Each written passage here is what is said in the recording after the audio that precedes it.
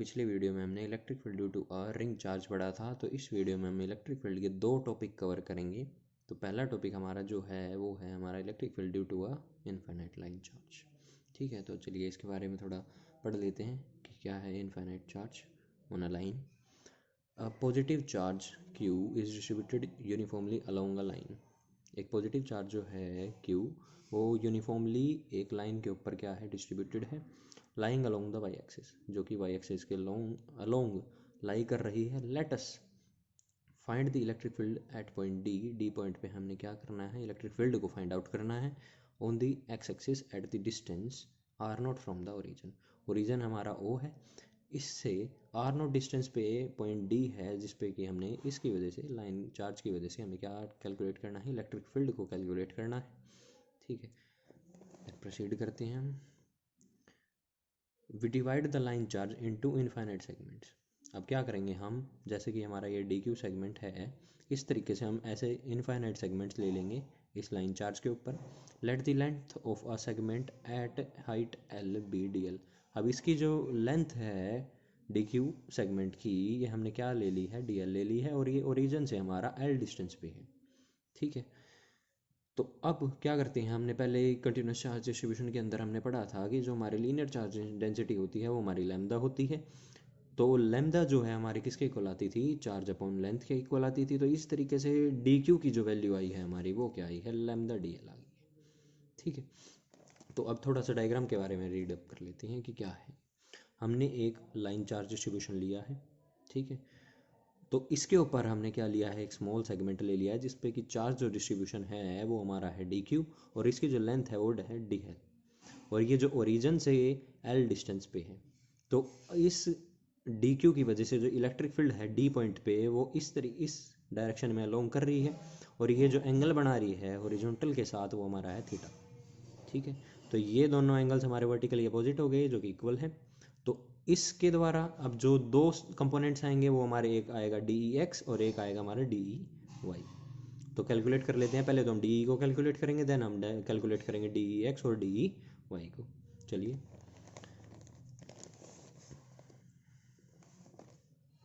तो हमने D Q की वैल्यू कैलकुलेट कर ली है, लैम्डा डी एल आ गई है हमारी। ठीक है, तो लैम्डा डी एल अब यूज़ करेंगे हम डी क्यू की जगह। ठीक है, जब at point D the electric field D E created by this element, इस एलिमेंट डी क्यू एलिमेंट की वजह से जो इलेक्ट्रिक फील्ड डी ई आ रही है उसकी कैलकुलेशन करते हैं अब।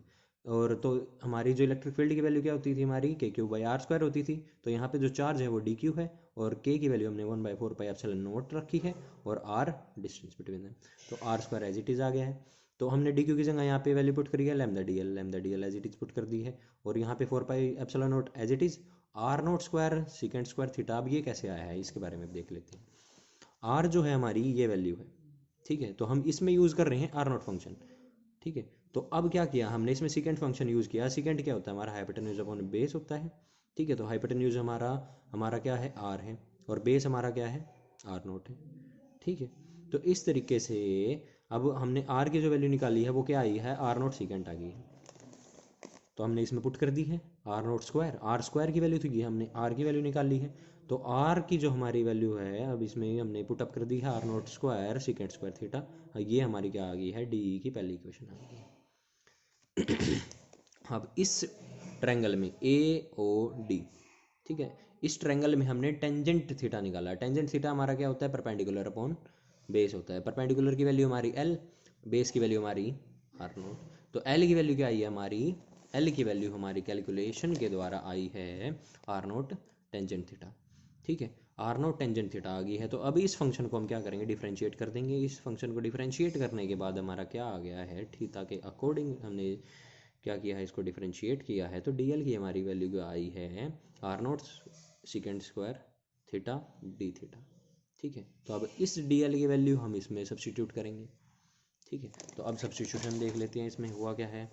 तो जब हमने सब्सटीट्यूट की डी एल की वैल्यू इक्वेशन नंबर 1 में, तो हमारा क्या आया, lambda R naught second square theta D theta. अब आर नोट, एक आर नोट से इसका स्क्वायर कैंसिल आउट हो गया है, सेकेंड स्क्वायर थीटा से सेकेंड स्क्वायर कट गया है। तो बचा हमारा क्या, डी ई की जो हमारी वैल्यू आई है वो आई है हमारी lambda theta upon 4 pi epsilon naught R naught. ठीक है। तो अब हमने कहा था कि डी जो है वो दो कंपोनेंट में डिवाइड अप कर दिया है हमने। एक कंपोनेंट हमारा डी ई एक्स, दूसरा हमारा D E Y. D E X के अलोंग हमारा कोस कंपोनेंट है और डी ई वाई के अलोंग हमारा डी साइन थीटा है। ठीक है। तो डी ई की वैल्यू हमारी क्या है, lambda D theta upon 4 pi epsilon naught R naught. तो यहाँ पे सिर्फ और सिर्फ हमने कोस थीटा मर्ज अप करना है डी ई एक्स की वजह से, और डी ई वाई की वजह से मैंने साइन थीटा को मर्ज करना है इसके अंदर।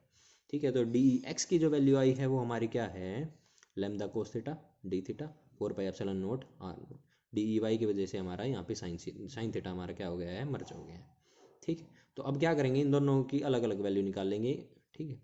और हम ओवरऑल कैलकुलेट करेंगे ई एक्स और ई वाई। और वो किस तरीके से होगा, हम क्या करेंगे, इंटीग्रेशन करेंगे। जब एक लाइन जो होगी, एक line charge distribution infinite length का होगा, तो वो जो है अप्रोच करेगा π/2 एंगल को। ठीक है। तो -π/2 को इनिशियल पॉइंट लेंगे और फाइनल पॉइंट को लेंगे π/2। तो हम इंटीग्रेशन पॉइंट जो है, लिमिट्स जो हैं, वो इस तरीके से यूज़ करेंगे इनकी। ठीक है। तो हमने डी ई एक्स जब निकाला तो वो किस तरीके से लिमिट हुई, -π/2 से π/2 integration of lambda cos theta D theta upon 4 pi epsilon naught R naught. ठीक है। जब हमने इसको क्या किया, इंटीग्रेट किया कोस थीटा डी थीटा को, कोस थीटा का हमारा क्या आया, साइन π/2 माइनस साइन ऑफ -π/2, और साइन ऑफ माइनस एक्स हमारा sine of minus sine X आया। तो अब साइन π/2 की वैल्यू क्या होती है हमारी, 1 होती है, और साइन π/2 हमारी 1 होती है। तो 2 आ गया हमारे यहाँ पे जो इंटीग्रेशन वैल्यू आई है। तो अब क्या किया, यहाँ पे जो दो फंक्शन आया था वो इससे कैंसिल आउट हो गया, यहाँ पे 2 pi epsilon naught R naught आ गया। ठीक है। और कोस π/2 फंक्शन हमारा किस में आया है, ई वाई में आया है, क्योंकि हमने साइन थीटा की इंटीग्रेशन करी है। और साइन कोस π/2 फंक्शन आया है, तो ऑब्वियस ही बात है हमारा कोस π/2 90।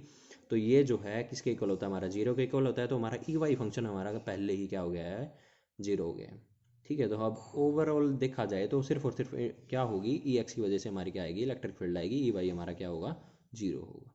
ठीक है। तो इलेक्ट्रिक फील्ड ई एक्स के इक्वल आई, और जो कि जिसकी वैल्यू थी हमारी 2 pi lambda upon 2 pi epsilon naught R naught. Then आगे प्रोसीड करते हैं।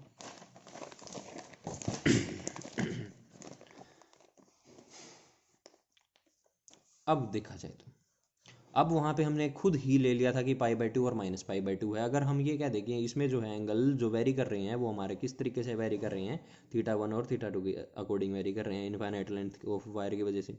ठीक है। तो उसमें हमने क्या लिया था, -π/2 से π/2 लिया था, तो हमने इसमें ले लिया -θ से θ। ठीक है। तो अब क्या हुआ, ई वाई जो है किसके इक्वल आया, lambda sine theta upon D theta upon 4 pi epsilon naught R naught के। जब इसकी हमने साइन थीटा की हमने कैलकुलेशन करी तो हमारा कंक्लूजन आया है lambda upon 4 pi epsilon naught R naught cos theta 1 minus cos theta 2। ठीक है। कोस θ1 हमारा एंगल है लोअर फंक्शन के लिए, और θ2 हमारा अपर फंक्शन के लिए। देन हम ई एक्स की वैल्यू कैलकुलेट कर रहे हैं, -θ1 से θ2, lambda cos theta D theta upon 4 pi epsilon naught R naught. Then जो हमारा कंक्लूजन आया है ई एक्स को कैलकुलेट करने के बाद, इंटीग्रेट करने के बाद कोस थीटा फंक्शन को, वो हमारा आया है lambda upon 4 pi epsilon naught R naught sine theta plus cos sine theta 2। ठीक है। देन अब क्या पॉइंट आया, अब अगर ये कह दिया जाए कि हमें तो सिर्फ और सिर्फ इस वायर की एंड पॉइंट से हमने क्या करना है, इलेक्ट्रिक फील्ड इंटेंसिटी को कैलकुलेट अप करना है, तो हमारा क्या होगा, θ1 जो है हमारा वो हो जाएगा 0 एंगल के प्रोसीड हो जाएगा, और जो θ2 है हमारा वो हो जाएगा π/2। ठीक है। तो अब हमने क्या किया है, इन दोनों एंगल्स की वैल्यू को सब्सटीट्यूट कर दिया है फंक्शन में। तो ई एक्स के फंक्शन में हमने साइन 0 प्लस साइन π/2, साइन π/2 हमारा 1 होता है, साइन 0 हमारा 0। तो हमारी जो ओवरऑल वैल्यू आई है ई एक्स की वजह से वो आई है हमारी lambda upon 4 pi epsilon naught R naught. और ई वाई की जो हमारी वैल्यू आई है वो हमारी कोस 0 हमारी 0, और माइनस कोस π/2 हमारा कोस 0 हमारा 1, सॉरी। तो कोस π/2 हमारा क्या हो जाएगा, 0 हो जाएगा। तो सेम फंक्शन ई वाई भी हमारा क्या आया है, lambda upon 4 pi epsilon naught R naught आया है। ये हमारा एक स्पेशल केस है जिसमें कि हम क्या कह रहे हैं कि सिर्फ और सिर्फ एंड पॉइंट से इलेक्ट्रिक फील्ड इंटेंसिटी निकाली गई है, किसकी, वायर की वजह से। ठीक है। देन आगे प्रोसीड करते हैं। अब दोनों ई एक्स और ई वाई की हमारी क्या आई है, सेम वैल्यू आई है। तो हमने क्या किया, ई वैल्यू हमने कैलकुलेट कर ली है। ई वैल्यू हमारी क्या आई है, √ऑफ E X square plus E Y square, इनमें हमने वैल्यू मर्जअप करके कैलकुलेट करी है। तो हमारी क्या आई है, √2 lambda upon 4 pi epsilon naught R naught. अब क्या हुआ, अब अगर इस फंक्शन में हम टेंजेंट थीटा को कैलकुलेट करें वो हमारा परपेंडिकुलर अपॉन बेस है, और परपेंडिकुलर फंक्शन हमारा क्या है, ई वाई है, और बेस फंक्शन हमारा क्या है, ई एक्स है। तो इस तरीके से जब हमने टेंजेंट थीटा को कैलकुलेट किया तो हमारा क्या आया है, ई वाई अपॉन ई एक्स आया है, और दोनों की वैल्यू हमारी सिमिलर है, तो ये क्या हो जाएंगी, कैंसिल आउट हो जाएंगी, और टेंजेंट थीटा हमारा किसके इक्वल आ जाएगा, 1 के। तो टेंजेंट इनवर्स 1 जो है थीटा के इक्वल आ जाएगा, और इसकी वैल्यू हमारी टेंजेंट थीटा की वैल्यू 1 कब होती है, जब हमारा एंगल जो है वो 45 डिग्री होता है। ठीक है, तो हमारा ये टॉपिक कवर अप हो गया है। देन आगे प्रोसीड करते हैं, field of a uniformly charge disc. ठीक है, तो अब इस डिस्क के बारे में पढ़ लेते हैं कि ये एक इन हमारी यूनिफॉर्मली चार्ज डिस्क पे जब हमने पॉजिटिव चार्ज को डिस्ट्रीब्यूट कर दिया है तो उसमें हमारा लीनियर फंक्शन एक्ट कर रहा था, इसमें हमारा सरफेस फंक्शन एक्ट कर रहा है। ठीक है, तो सरफेस चार्ज डेंसिटी हमने क्या ली है, सिग्मा ली है।